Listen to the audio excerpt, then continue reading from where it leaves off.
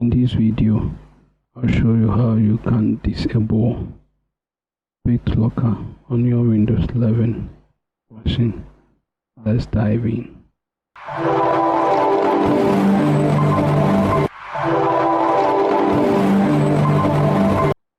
Hello, my name is Edmond Sakode. In these video tutorials, I'll show you step-by-step process for you to disable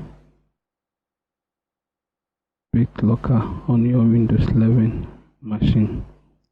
So to begin, on the taskbar you click on File Explorer, and on your left side you choose this PC.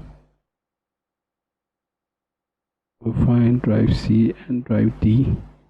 On Drive C, right click on Drive C. You click on Manage BitLocker.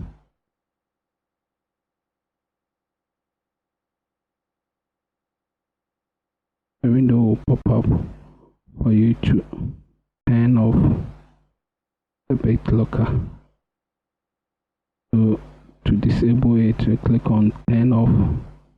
Click on Turn Off BitLocker. This will turn off BitLocker on your Windows 11.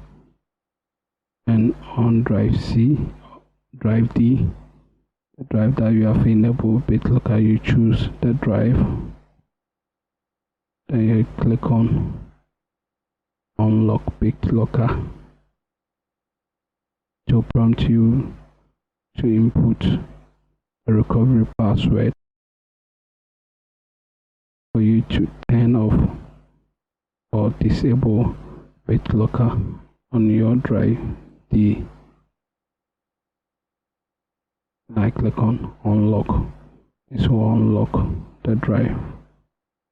Now the drive has been deactivated. Thank you for watching. If you are new to this channel and you are not yet subscribed, then click on the subscribe button and tap on the bell icon so that you do not miss our next video. Thank you.